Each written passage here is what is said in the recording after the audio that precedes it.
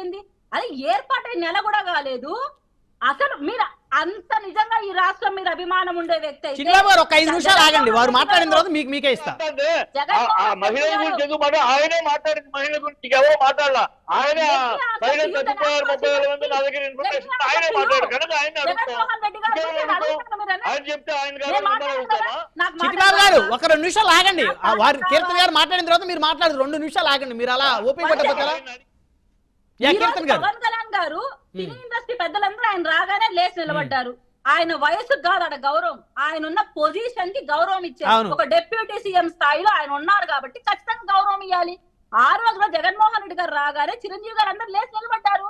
కానీ చిరంజీవి గారు చేతులు పెట్టి నేను మిమ్మల్ని రిక్వెస్ట్ చేస్తున్నాను అన్నప్పుడు నేను చేస్తాను ఒక చేయి పట్టుకొని ఉండకుండా వెక్కిలి నవ్వుతూ ఆ వీడియోని మాత్రమే టెలికాస్ట్ చేసినప్పుడు బాధపడతారా పడరా? ఒక సినీ ఇండస్ట్రీ వ్యక్తిగా మీరు బాధపడాలి మాకన్నా. ఎందుకంటే మీ సినీ ఇండస్ట్రీ పెద్దగా చిరంజీవి గారు ఆడ అవమానపడ్డారు. నేను కాదు పడింది అవమానం, సినీ ఇండస్ట్రీ పడిందాడ. అది మీరు మాట్లాడకుండా జగన్మోహన్ రెడ్డి గారు కేవలం భీమ్లా నాయక్ కోసమే చిరంజీవి గారిని జగన్మోహన్ రెడ్డి గారు ఎందుకు అవమానించారు, పవన్ కళ్యాణ్ గారి సినిమాల మీద ఎందుకంత దులు ప్రదర్శించారని మీరు ఆలోచించండి. ఒక వ్యక్తిగతంగా వాళ్ళ మీద కక్షపూరిత రాజకీయాలు చేస్తూ ఆర్థిక మూలాలు దెబ్బతీయడం కోసం చేసిన చర్య అది. అది మీరు ఖండించకుండా జీవాలు మార్చారు, జీవాలు తెచ్చారంటే అంటే కేవలం పవన్ కళ్యాణ్ గారి కోసమే చేసినట్టే కదా. 5 రూపాయల టికెట్ అమ్మింది పవన్ కళ్యాణ్ గారు ఆర్థిక మూలాలు దెబ్బతీయడం కోసమే కదా, ఇండస్ట్రీని పతనం చేయడం కోసమే కదా. అంటే ఇవన్నీ మీకు బాధ అనిపించదు.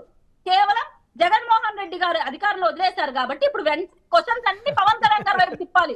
మహిళలు ఏం చేస్తున్నారు, మహిళా భద్రత గురించి ఏం ఆ రోజు మీరు వచ్చి మాట్లాడకూడదు, ఒక వినతి పత్రం ఇచ్చినకూడదు. ఏం సార్ మహిళలు మిస్సింగ్ అని ఆయన అంటున్నారు. ఎంతవరకు ఎంక్వైరీ చేశారు, ఎంతమంది మీరు ఫైండ్ అవుట్ చేశారు? మీ మహిళా కమిషన్ చైర్పర్సన్ ఏం చేస్తుంది? మీ మహిళా కమిషన్ లో కనీసం పవన్ కళ్యాణ్ గారికి నోటీస్ ఇస్తున్నారు కానీ ఈ 30,000 కేసుల గురించి ఎందుకు నోటీస్ ఇవ్వడం లేదు? డిఎస్పీ గారు ఏం చేస్తున్నారు, ఐజీలు ఏం చేస్తున్నారు? అసలు హోమ్ మినిస్టర్ ఏమైంది అని మీరు ఎందుకు అడగలేదు? ఈ రోజు అధికారంలోకి వచ్చి తీసుకోవాలి, ఇమీడియట్ గా చర్యలు చేపట్టాలి పవన్ కళ్యాణ్ గారు.